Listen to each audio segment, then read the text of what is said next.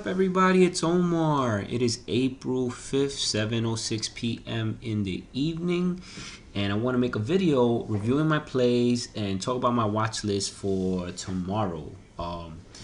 If you been following me, I've been talking about, I've been calling out plays a lot since January. I've been pretty active. Today again, calling plays like right before they happen in real time. Pretty remarkable results, as you can see, man.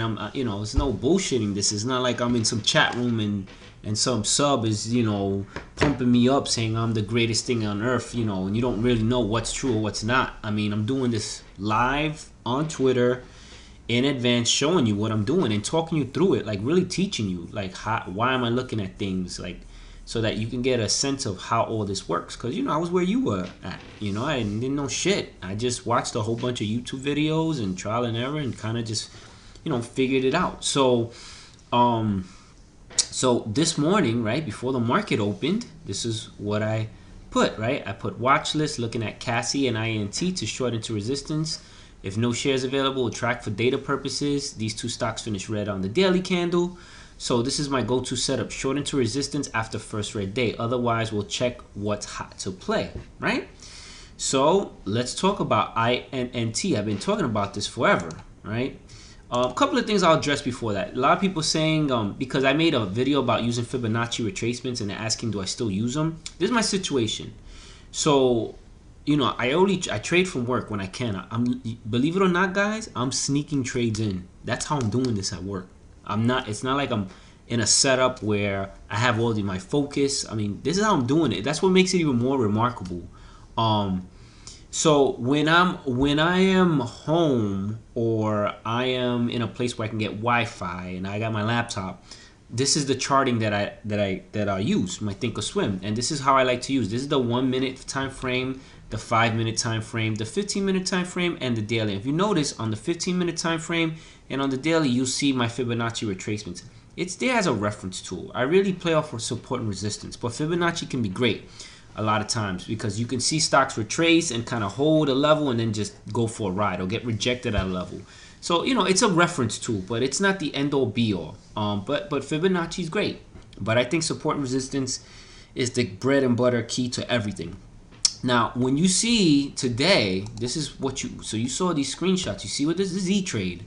This is me literally at work making these trades. All right. And using E-Trade charting, I hate it, but I got to work with what I got to work with, and what I do is I get my alerts on the phone. So sometimes I'll take screenshots on the phone and post it because it's just faster. So I'm trying to do this fast because I'm trying to get in the trade and do it in real time so you can see, and you can really see that I'm doing this, that I'm not making this shit up, that there's, yo, this dude is really doing this every day, So, that's my situation. Now, my situation is probably gonna get worse because we're moving to a new location. So I don't know how it's gonna be with me trading in the future and all this stuff. It's gonna be harder. So more to come, unfortunately. I may not be as active, but I've given you guys a blueprint for success. So that I hope this has been helpful. Whatever happens in the future. So now let's talk about INNT. All right. Let's pull up the chart. So I pull up the clean chart because it's just easier for you guys to see all this. So let's go into INT and let's talk about this. Now, this stock, right? Let me pull up 5-day, 30-minute, 5-day. This stock has gone, right, from down here from like $11 to $50, right? An insane run. If we look at the yearly, right, 1 day for a year, look at this. It was at $3, okay? It was $3 back in February 8th. Went from 3 to 50. Insane run, right? Look at this is the 50-day simple moving average. This is the 300 and 200. Look how far extended it is from it. Every stock at some point is going to come back and touch that 50-day simple moving average. This stock will eventually get back down here to this $3 level, all right? And what have I been saying? I've been saying that we love these insane gaps up because we want to short the backside of the move, and you can actually take a short and hold it over several days, like with a broker like Interactive Brokers, and make a ton of money. This is how like Stephen Ducks and Tim Grattani make huge amounts of money. They wait for these backside to short into resistance and take huge positions and make a lot of money. I do the same thing too. I don't post P&Ls because I just feel like it's counterintuitive. People focus on what you're making and not really on the learning. And who gives a shit what I don't care what they make. I just want to know what was your entry and what was your exit and why. I don't care about what other people are making. It's not my money, so I care too less. So let's talk about that, right? So I told you guys this, and then what did I say? I told you yesterday video. I said what I wanted to see was, let's do the 5 minute. I was saying that because yesterday, right? Because yesterday was the first red day. I said that I hope what happens is the stock spikes today, and we short into a key resistance level and then tanks. And look exactly what happened. So let me zoom in here. Right? The stock, right? So here we have a lot of, so we map out our resistance lines, overhead support and resistance lines, right? And if you notice here, let me zoom in, and you know, we got a lot of, if you notice here, we got a lot of resistance here, 4150 in this area, and we got a lot of resistance here in this 4268 area, right? If you zoom in, you can see, right? You got some resistance here, pretty much resistance in this area. These are the key levels that you got resistance, right? Somebody asked me before I even took the trade. I gotta see where I can find it. If it was, let's see. Somebody had asked me. Oh, here it is. Did you start pre-market INT at 38 or are you waiting at 41? I said no shares available, right? I couldn't short it unfortunately because E-Trade didn't have the shorts. But somebody told me Centerpoint had. Now, I'll tell you this. I used to have Centerpoint. I love them. They're super expensive, but their executions are amazing. The problem is that because I can't access Thinkorswim or Centerpoint at work, I gave it up because it was like, what was the point? Like I can't access it. So that's why I gave it up. But I'm going to go back and figure it out. I'll probably trade from like Starbucks on lunch. I don't know. I'll figure it out. So, so somebody asked me about CASI. We'll talk about that too. Oh, okay, here it is. What level do you like to short into resistance on INT? Originally, I was thinking 38, but may play off yesterday's VWAP, right? What I said, we'll see when the market opens, somewhere between 38 and 42, all right? And then he said 41 level looks nice, even whoever bought today is bagged at that level. Now, why did I say 38 to 40? First off, nobody knows what a stock is going to do. So how the hell am I going to know, right? I got to wait till the market opens to see what I'm going to start doing, right? So with that said, right? Oh, let me zoom out a little here. So I said that because these are all the clear resistance levels. That's why I said somewhere between 30 and 42. I didn't think it was going to get back up to 48 or 50. I just didn't see that happening. But, you know, anything's possible. So what happens here? People are holding who are shorting, right? Sold their shares into the morning spike. And look what happened. It spiked up to right about that 42 level. And sure enough, once you see this pop, when you see the candle start getting back, you see this pop and the next candle can't hold, that's where you take a short. That's why, and look what I was telling everybody. I was telling everybody, let's go back in. Where is it? Here it is. INT, this is a good time to short. And you notice here, I told people to short right in here because this was the weakness.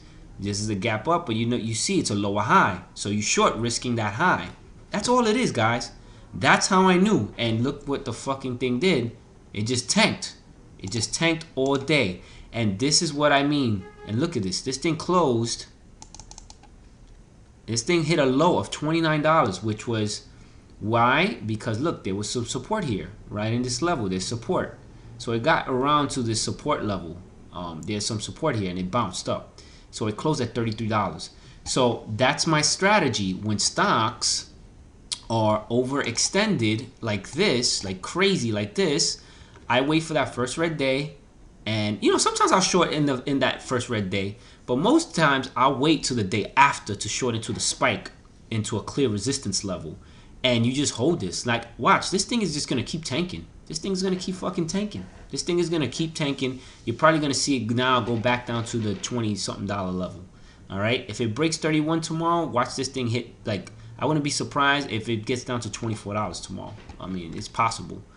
And that's what now if I had shares to short, I would have took like, you know, because there's not a lot of volume here. It was only 696,000 shares. I would have took 500 shares. 500 shares would have got me like $7,000, $8,000 today. You know, so, you know, and I called this out. I've been talking about this forever. This is pre-market. I was talking about this, right?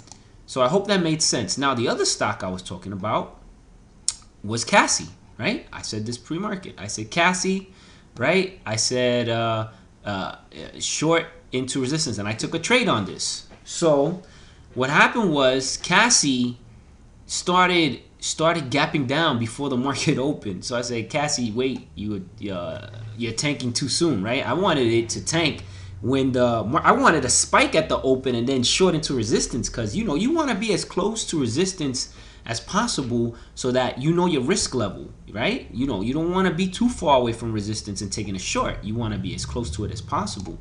So CASI, right? Why was this key? I have a key on this because, okay, this stock is way overextended, right?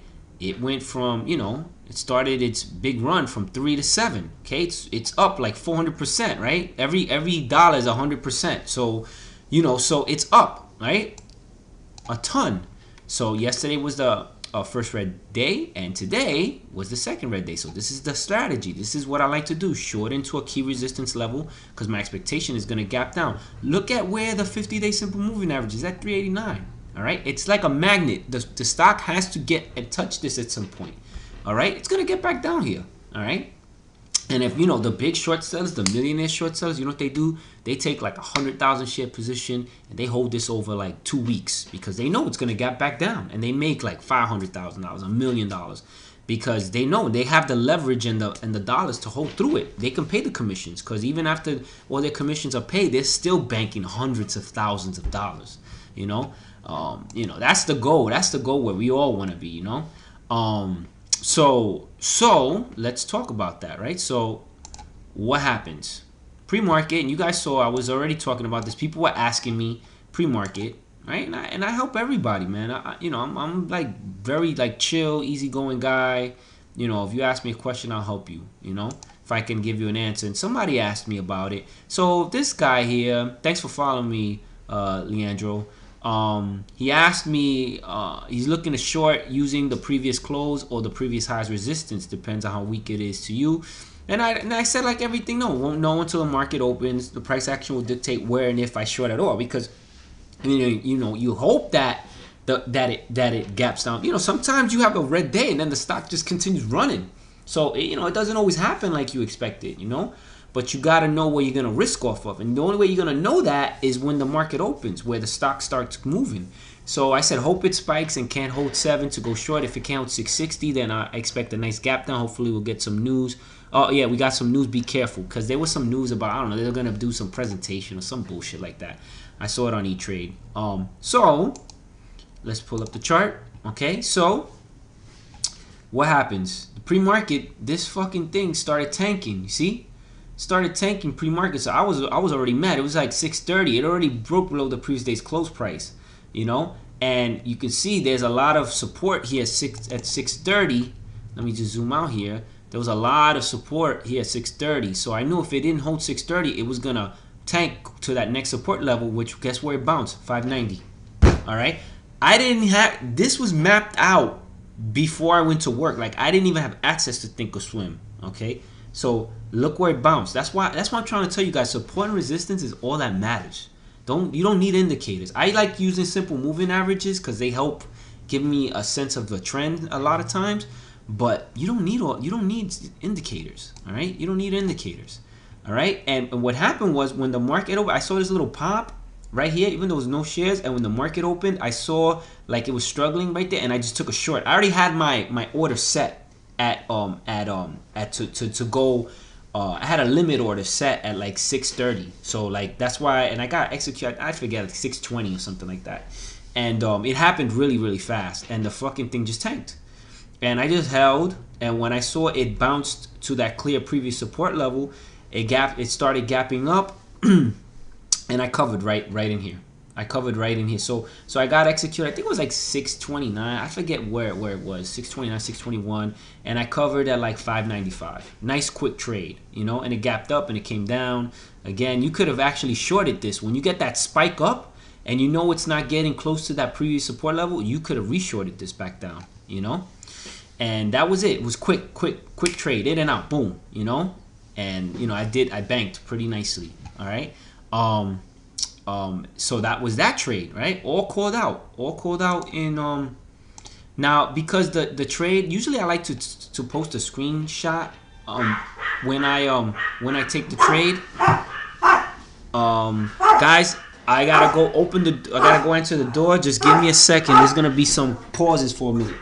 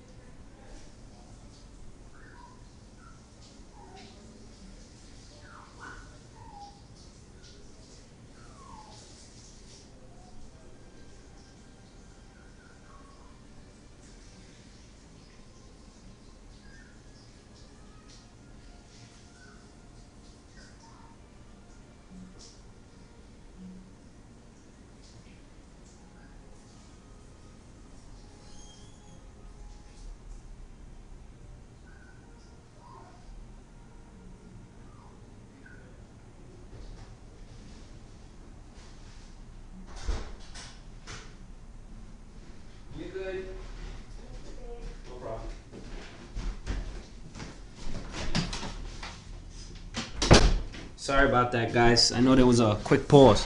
I had a delivery. So with CASI, you know, this was pre-market, but when I actually took the trade, yeah, it was 620 where I got executed.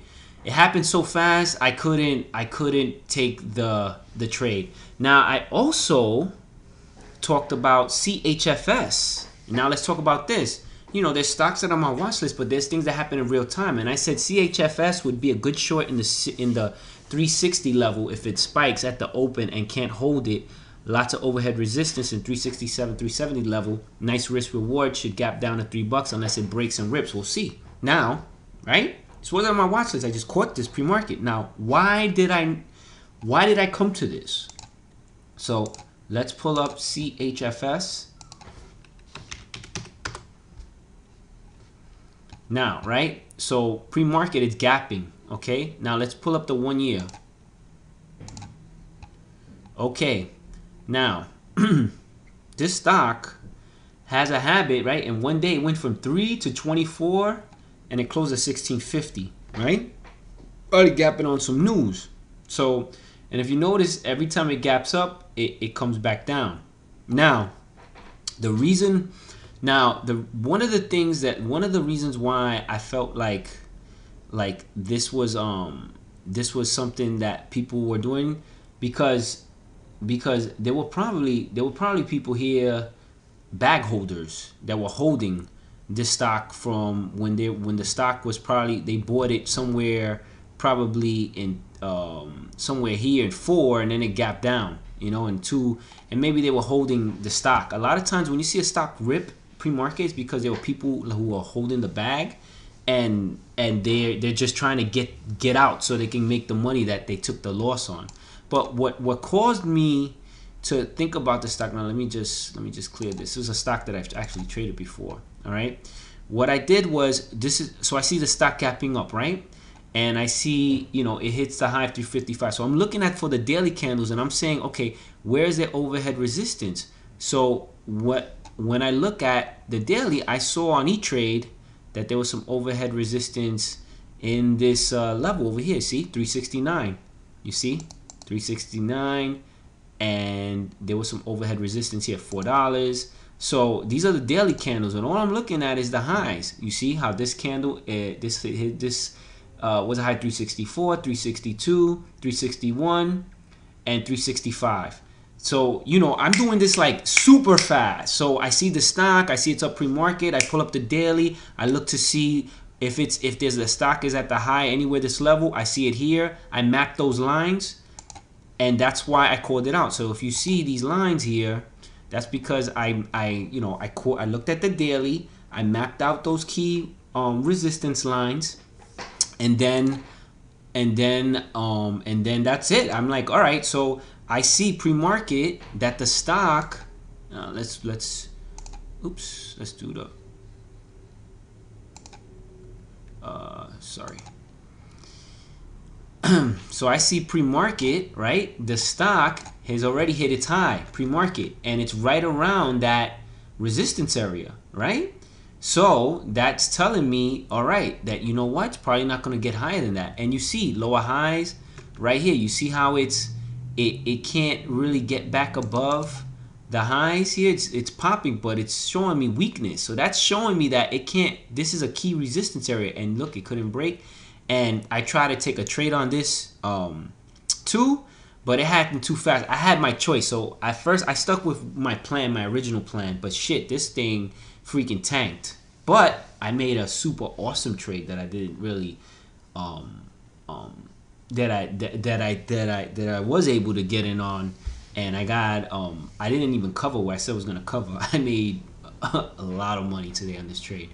We'll talk about that in a second. So, and you can see, and that's all it is, guys. You're shorting into resistance. That's it. So let's say the stock would have, I don't know, bounced and ran up. So you cover, you know, if you see it can't hold these, you support the resistance levels, you cover, you get out, you know. That's all it is, guys. That's the only reason why I felt like this was going. It's a stock that doesn't hold its gains. It gapped up so much in the pre-market that you got to think people are going to take profit, or these are just bag holders trying to get out because they were probably holding previously. That's it. And then it just tanked. It tanked all day. All right, I missed an opportunity. I tried to do two, I couldn't do two. It just happened way too fast and it tanked. But I gave everybody the opportunity to do this. Now, so that's how you look at these, and that's what Stephen Duggs and Tim Grittani and all these guys you follow, these short sellers, investors. That's what they do, guys. It's not rocket science. I talked about Facebook. I'll skip that, but Facebook tanked. And then I want to talk about the other one, the big. I did very, very well here. DLPN. Now DLPN, I caught that too. All on the E-Trade scanners. The E-Trade got a really nice scanner. It shows you what's really moving really nice. So, okay, I saw that this stock was ripping, right? Now what happens is, you know, I caught it ripping. Now, when I see it gapping up, I'm looking at, all right, where is the key resistance level so I could potentially take a short? Because when a stock rips like this, you're going to get a wash. It just doesn't go up, but eventually it's going to find the top and then it's going to pull back. Sometimes it pulls back and then it keeps going. But most times it's going to, you know, consolidate and come back down. So, when I saw this stock, let me pull it. So again, right, you see the stock running, immediately you go to the daily candle, you go, okay, where's their previous resistance? So let me do 1 day, 1 year. Why does it look so weird? And when I saw, why does this looks weird to me. I don't know why. Let me just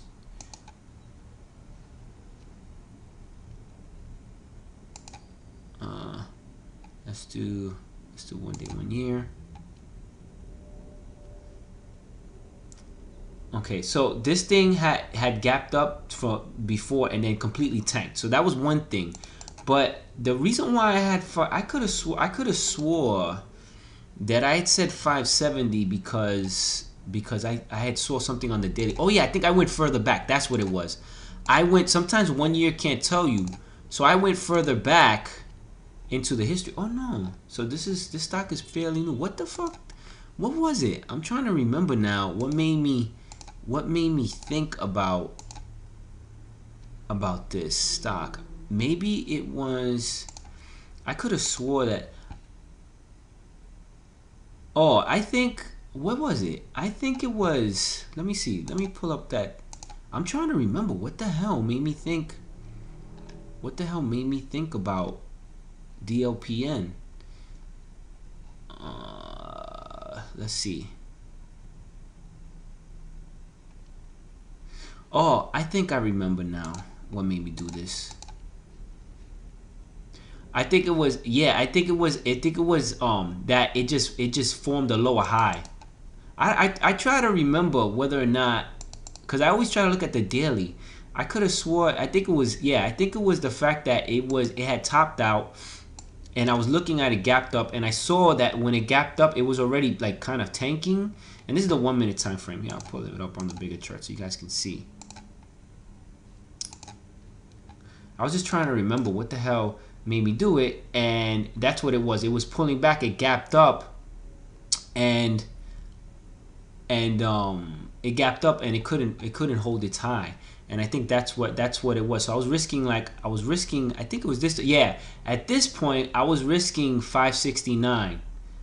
I was risking 569 right here. This was the 569 level that I was risking. And in this candle, it hit a high of 577, it hit a low of 513, and then it gapped back, it closed at 523. Then it gapped up, and I think, what was it I got executed? I don't even remember. Oh yeah, it was at 559, so 555. So I think when I took the trade, this thing was pulling back really fast. That's what it was. I just don't remember it quite. I think it was like right in this yeah, it closed at 546, and I think in this candle it gapped up. Yeah, that's what happened. Okay, now I remember what happened, and I actually got scared. This is what happened. So in this candle, I actually took a short at 550, and it went against me.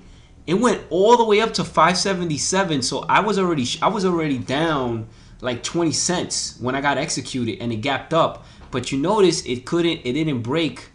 It just tapped 577, and then it just completely tanked. I got nervous. I ain't gonna lie. I thought it was gonna keep ripping, and I was about to take my cover for my loss.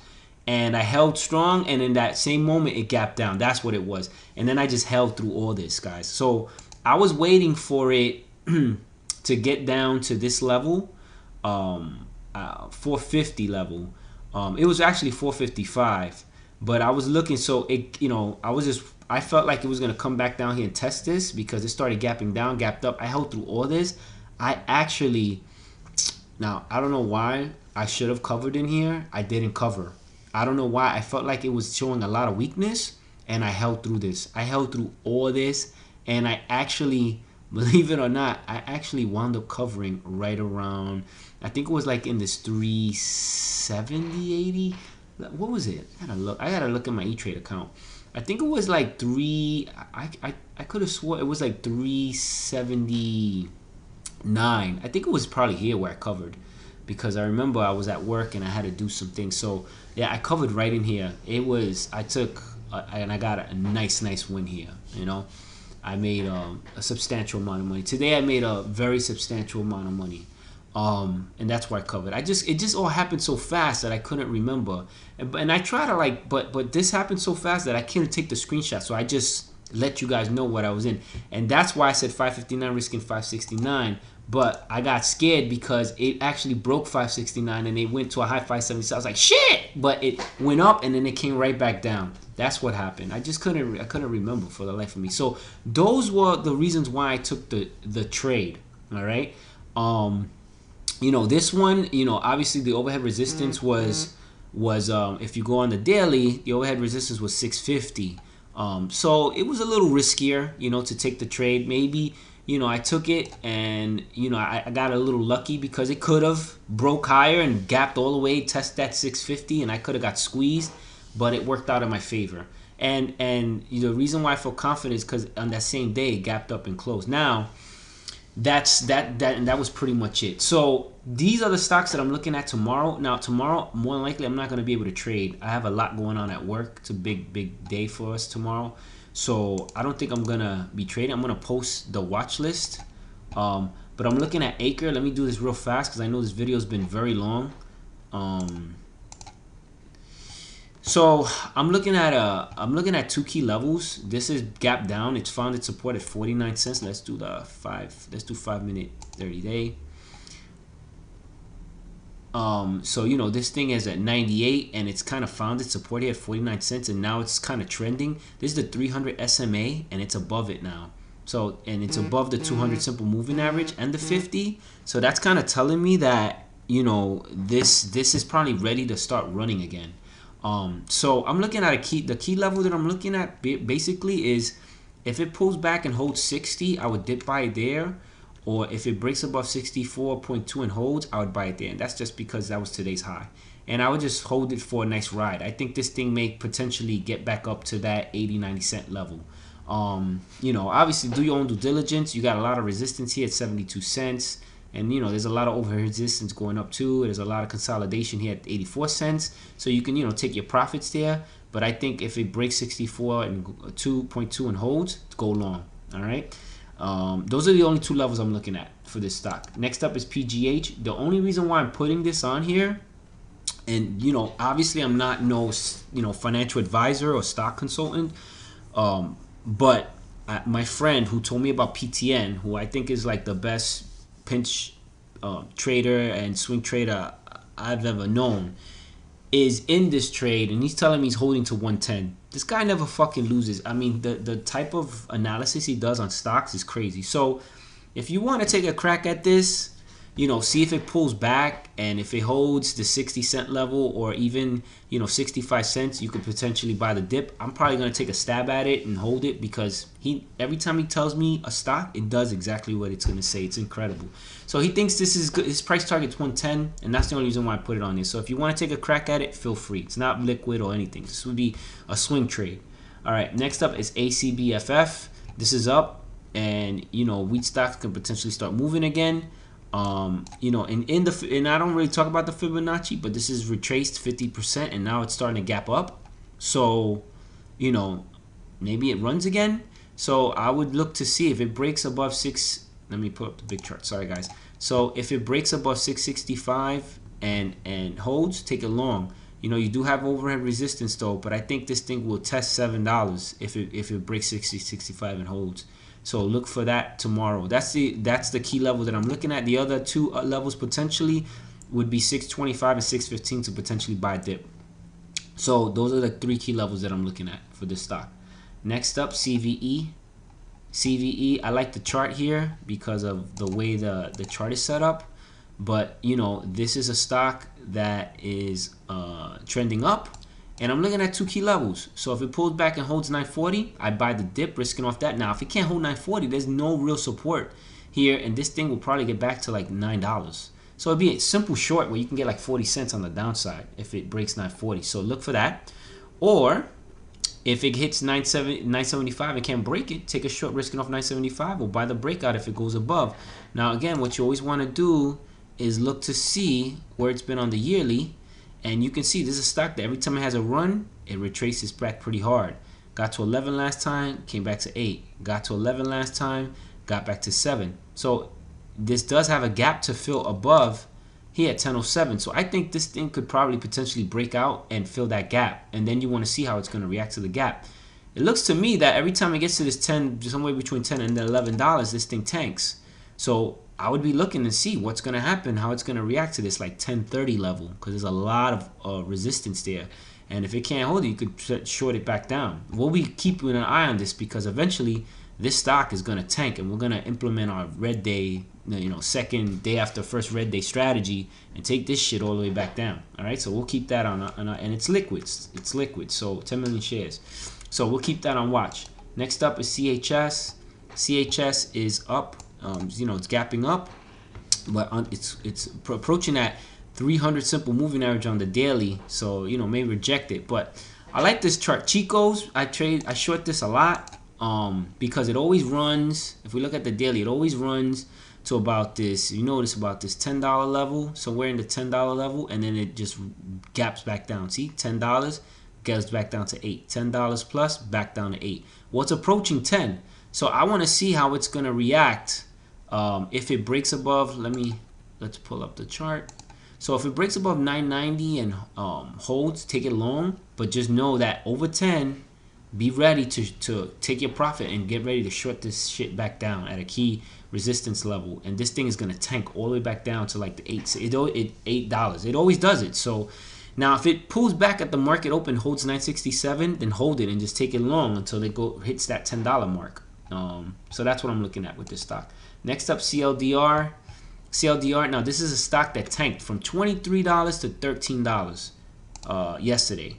And if we look at the stock, oops, sorry guys.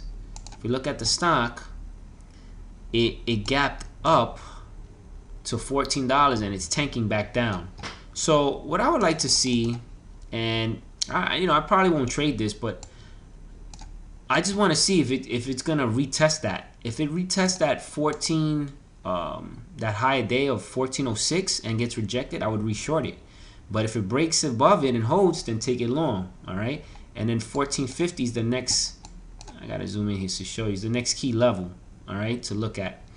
All right, so that's what I'm looking at in regards to this stock. More than likely, it may continue tanking. If it breaks below 1320, you can take it short even further. See what happens. Next up, CRZO. CRZO.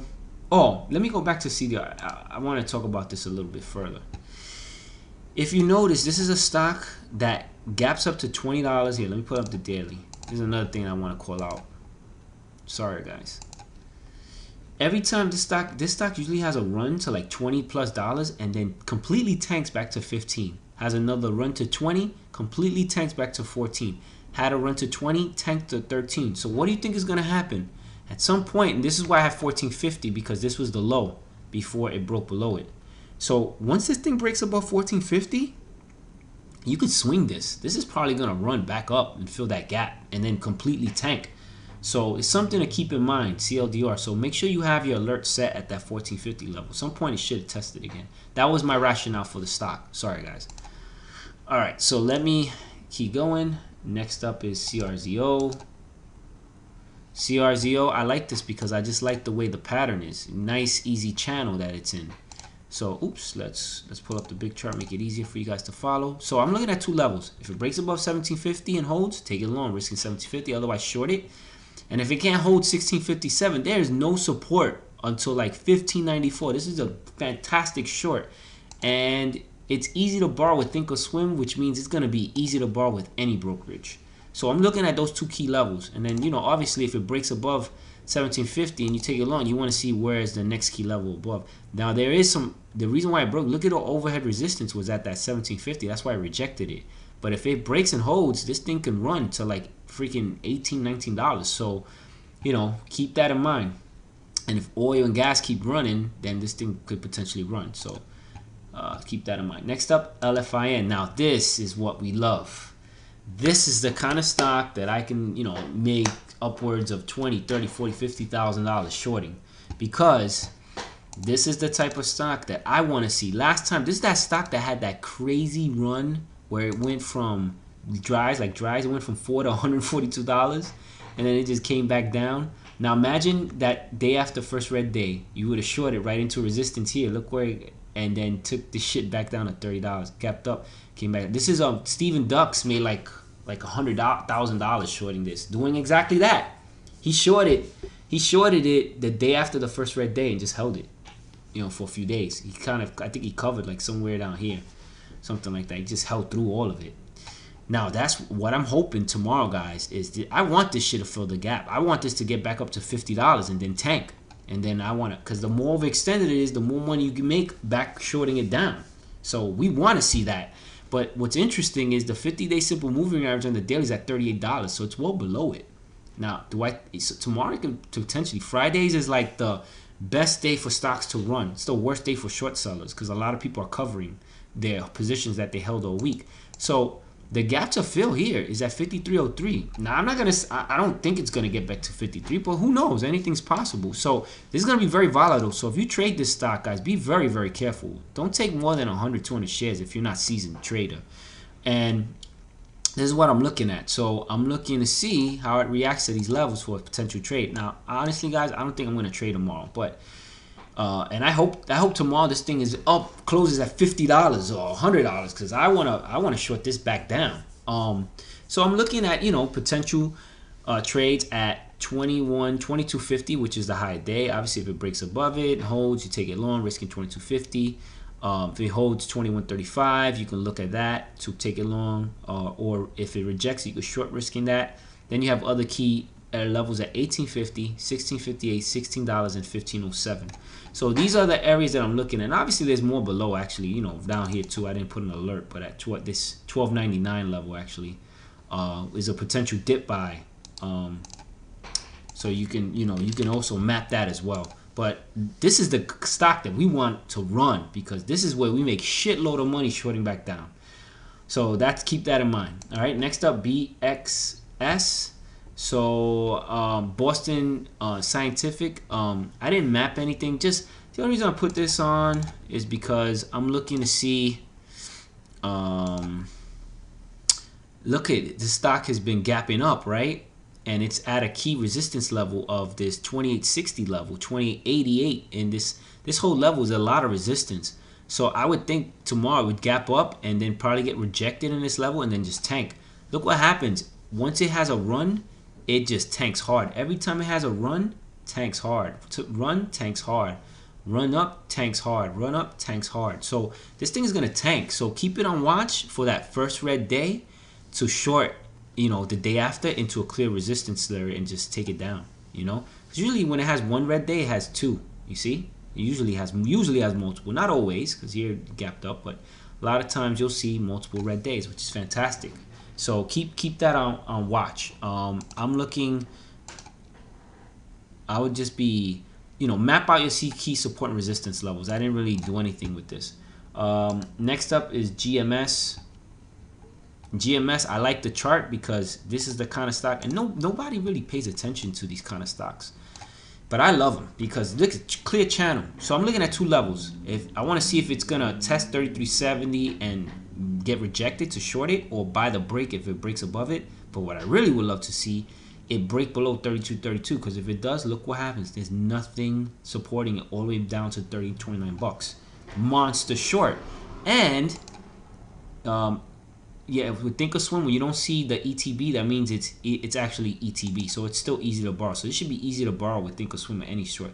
So keep that on watch. Make sure you map this, because eventually it's gonna break this. Just gonna break below this, and then you're gonna just. I mean, it's easy money. And last but not least, CNQ. I'm looking at these. So this thing has been running from 29 to 33. Last time I got to 37, look at this shit. It freaking tanked. Let me pull up the big chart so you can see. I mean, this thing's been on a tear from 30 to 34. And if we pull up the daily for 1 year, look what happens. Every time this thing has a run, gives it back. Last time it had this big run, gave it all back. Big run, gave it all back. Big run, gave it all back. Big run, gave it all back. So yeah, let it keep gapping up, because when we get that wash, it's going to be big. And that's what we're going to short into.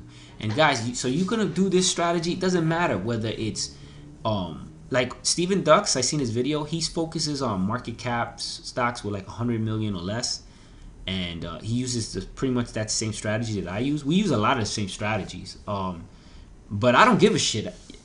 I do this on any stock. Facebook, doesn't matter. Amazon, it's the same fucking pattern. It doesn't matter. It works. All right. I back tested it. You can back test it yourself.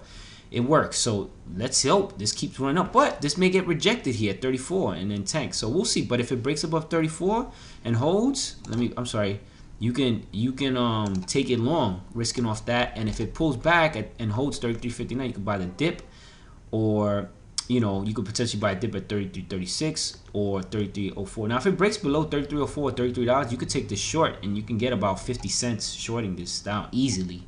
So just keep that in mind, all right? And how I'm finding these stocks, I'm looking for stocks that hold their highs for the most part, because my expectations are going to be volatile. All right, so I know this was super long. I'm sorry about that. And there's going to be a part in this video where it's like a good 3-4 minutes where I'm away from my desk, so you can forward.